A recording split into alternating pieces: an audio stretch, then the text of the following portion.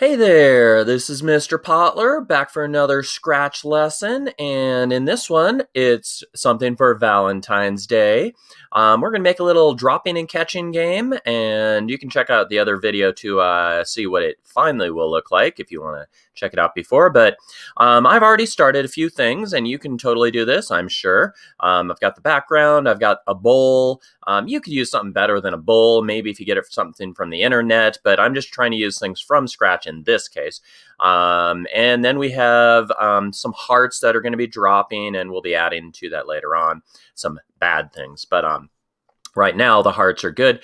So in any case, you do need to do this, get these things, but actually don't get the hearts quite yet. Because I'm going to show you, I'm actually going to delete some of these and use them a different way. So, but yeah, totally make this yours, make it more interesting. Use other things. I would say don't just do exactly what I do. But in any case, here we go. So let's do, the first thing I want to do is get this bowl moving. Now, the bowl is pretty small when you first start it off, and in any case, you got to figure out where it's going to go. This is what I always do. I like initializing, big word there. Yes, use it.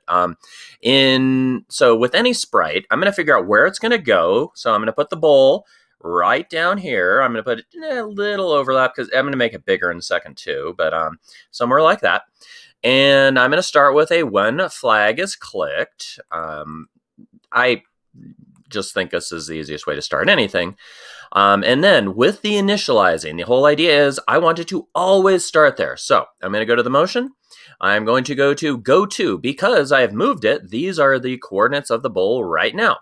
So the bowl will be there.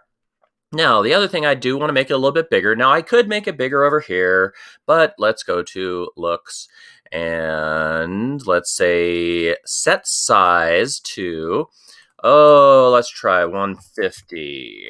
And I could test it. Boom, 150. That's pretty good size. Yeah, I think we'll work with that. So 150. Now, next thing I want, so there we go, that's good so far. Every time it'll start there. And now I need to get some movement.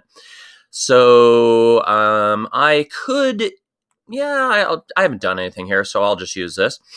For movement, there are multiple ways to do, there's multiple ways to do just about anything, but I'm going to use an if then, and I'm going to use it in here. And I'm actually going to need two, but we'll get to that. Now, you'll notice this, again, has this little hexagonal shape there. So what's going to fit in there is a sensing block. And I'm going to use a key space pressed. I'm not going to use the space. Now, I want the bowl to go left and right. So in this case, let's use the left arrow and the right arrow. We'll use the right arrow for now. So if key right arrow is pressed, then whatever's in here will happen, and that will be the movement. Now, there are a couple of ways, especially if you're just going left and right, you could actually use the move 10 steps here. But I really like the math of change X and change Y. Remember, it's change, not set. These are the two things that I use to move things. Now, change Y, if you think about the whole XY axis math, Y is going to make things go up and down. Okay, we don't need that in this case. So I'm not going to use the change Y. I'm going to use change X. And if you really think about it, right arrow, if you make something go to the right, the X is getting bigger. In fact, you can even look right here. The X is at, let's see, right here, let's say it's a negative, I'm trying to make it close to 0. So let's say, there we go, X is 1. If I move it, X is getting bigger as it goes to the right. So I do want it to get bigger. So change X by 10 should work perfectly. Now, I also want it to go left. So I'm going to duplicate. I do a right click on this guy and duplicate this whole set. And now I'm going to change it to the left arrow. All right, now some of you know this. Now I want to change X by, okay, some people think, okay, let's just go to like 1. Okay, but it's still getting bigger. So that's a problem. We don't want it to get bigger. We want it to get smaller. So to get smaller, I'm going to use Negative. Yes, another math thing. So, negative 10. All right, now, some of you are thinking, well, Mr. Potler, you're totally forgetting something. Because if I run this right now, and I try to use my left arrow or my right arrow, which I'm doing right now, it's not doing anything. Kind of a problem, because the program runs zip through everything. It goes to X, and then it sets the size, and then it says, if this is pressed, and it's not pressed when I first click on this. Like right now, boom, I don't have the right arrow pressed, so it's going to say no. So it zips through this part. It says, nope, that's not going to happen. And then it zips through this part and says, that's not going to happen because these aren't being pressed. And it's done. You can even see it kind of flash, real quick flash. So we need, yes, you're thinking, put in that forever loop, Mr. Potler. Okay, we need a forever loop here to get it to continually check for that movement. Okay, so we want it to always look, always look, always look. So now when we do it, you'll see it's glowing. So now I can move left and right. All right, so I have my bowl and it's ready to start catching things. All right, so I'm going to stop. And now we need the things to be dropping. Okay, now these are all things that are in Scratch, so I think they're all going to be good. But I'm going to make things easier I could have them all separate, but then I have to code them all separate, or I have to copy the code. So I'm going to actually try to get them together. So what I'm going to do is I'm actually going to delete the heart candy. I'm going to delete the heart face, but I'm going to go to the heart here, and I'm going to go to its costumes. And it's got a couple of costumes. And you know what? I could add more. So I want more. I want a lot of costumes anyway. So maybe I just want, I'm going to do a right click here. Sorry, I'm duplicating. Didn't matter which one. Maybe I want a heart that is yellow. So find a nice, pretty yellow or something close. Sometimes that's tricky. Nice, pretty yellow. And use my fill. And now I have a yellow heart. So you can make as many of those as you want. But the other thing I'm going to do, and I've got to move my face here, is I'm going to get a new costume. And I'm going to put in heart there, and look at all those hearts. So basically, I'm going to import all of these. So let's start with this guy here. And now I have that one. So I'm basically putting them all onto the same sprite. So I'm going to quickly do all that and get all of the other ones by, again, going through this and getting the new one.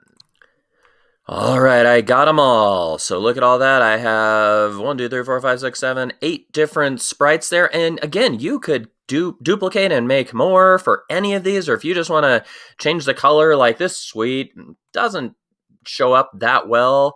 If you want to change its color, you can. That would be kind of a yellow, because that's what I had before. I don't know, maybe an orange. No, I don't want orange because the letters are orange, which then I'd have to mess with that. You could check out, yeah, pink. How about that? A nice, sweet pink. And I could even get the little extra in there. Maybe, I don't know. I'm not good with these colors, but there we go. How about that? It's something. We'll go with that. All right, so now let's get to the coding. All right, so we want these things to fall from the sky. So first thing I'm going to do is I am going to put in my when flag is clicked, because I always start with these. And where do I want them to start? You know what I'm going to do first? I'm going to make them smaller because those are pretty big hearts there. So, and they will still be kind of different from each other, but because some are bigger anyway. But let's do set size. Let's try 50. And just to check it out, that's pretty good. Well, I'm guessing pretty well today. All right, I think I like that. If you don't, make it bigger, make it smaller, up to you. Now, I want it to start, essentially I want it to actually be kind of hidden at the very beginning, but we'll get to that later on. So I'm going to put this now. You got to be careful. You can't drag. If you try to drag something off the screen like this, it's just going to pop back on. So you got to grab the part that's actually on the screen there. So right now, that's pretty good. See the X value and the Y value, and essentially I need it off the screen. We're gonna be changing this anyway. So I still want to put it up there because I always start sprites that way. So somewhere around this, and if I want it right in the middle, I could use 0, and I want it really high, so I'm actually gonna put 250 there. So that's as high as it will go anyway. They always have to have something on it on the screen. It kind of blocks things from getting off completely, but that's okay. Now we want movement. So essentially, I want this sprite moving down. Simple as that. So we are going to use some motion there, and well, let's keep it real simple here. So we're going to use a forever loop, but I'm going to put this not with this. Here's the deal. We're going to start using a clone, because if you use a clone, you can have multiple ones going at the same time. If we don't use a clone, then you can only have the single sprite on there. So we're going to use a clone. Plus, it's kind of cool. So we are going to have a create a clone of myself. Now, when are we going to have it create the clone is part of the problem. So you need to figure out a way to do that, and we're gonna be messing with that as we go along with things here. So let's do this. All right, so I'm going to put in a new one of these, and this will kind of make sense why we're going to use a new one. It's just I'm separating it from this guy, which is more the initialization. In the initialization, though, I think I am going to actually put in a hide. So I'm going to hide it there because then when the clone shows up, I want it to show. So I'm going to hide it there, but it still is good. That sometimes you will need to do that for sprites if you don't want them showing up at the beginning. So in any case, so when flag is clicked, create a clone of myself, but I don't want it to just do it once or something like that. I want it to kind of be consistently creating clones. So I need to go to, whoops, I better stop this. It's glowing there. I need to go to a forever loop. Now, if I do this, it's gonna bust the program because this makes so many clones. Go boom, boom, boom, boom, boom, boom, boom, whatever, so many. So I'm going to have it create a clone, then I'm going to have it wait. Now, let's try 3 seconds right now. So every 3 seconds, it will create a new clone. So create a clone, wait 3 seconds, create a clone. Now, with the create a clone, we've got this guy right next to it, or right above it, that says when I start as a clone. So basically, it's the idea. When it starts as a clone, we want it to start dropping down. But first, sorry, I'm going to pull that off just because we're going to put something in between there. First, we want to position it. Now, we don't want the heart to always drop from exactly the same spot. So that's kind of a problem. We don't want it to always be in the middle because, well, that's not a very exciting game.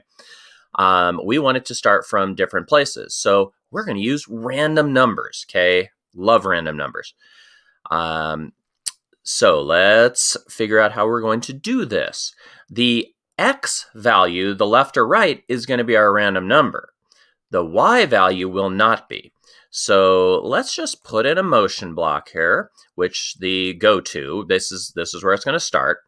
And it is already up there. And I'm actually going to put this again at like, you can put it wherever you want, but I'm going to put it at 250. You want it pretty high. You want it actually above the thing. So 250 is fine, maybe even 300.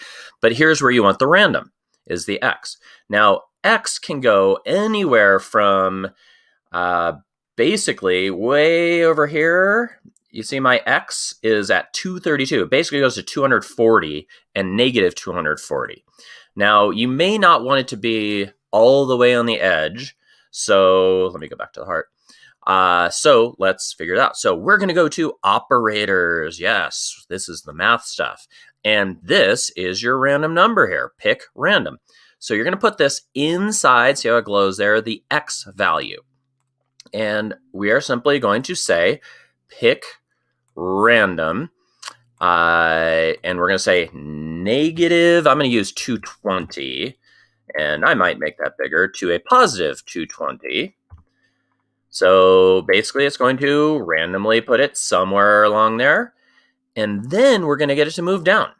So to get it to move down, we're going to use this forever loop and say motion and let's see. So before we had movement, we used the change X, but now we want it to go up or down. So let's try change Y. Now, if we're going down, we're going to go negative.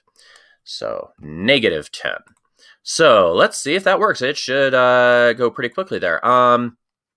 So let's see, it'll change Y. Now I'm going to do one other thing because the clones will continue to be made. If too many clones are made, the program has problems with that because it's using its memory, and so we do want to eventually delete the clones. So let's just use the simple one of if then. So also in this forever loop, we're going to be looking for something. Now, if this heart reaches the bottom, then I want it to just delete the clone. So if, okay, we're getting into operators here. So we have these guys here, greater than, less than, equals to. And now we could use equals, but this thing's going to be moving. I have found equals sometimes has problems because it kind of misses numbers. So the heart, okay, the heart's going down. The Y value is getting smaller, smaller, smaller. So eventually, when it gets smaller than a number, I want it to delete. So I'm going to use the less than one here. And the bottom value, so if this heart drops down, drops down, drops down, if it gets, let's say, to there, in fact, I'm going to say even lower because you basically missed it by this point. So let's say right there, then that will be a problem. So the Y value is a negative 165. So I'm going to use that. So I'm going to put in here negative 165. So it gets below that, and we're talking about the Y value. So what do I put in here?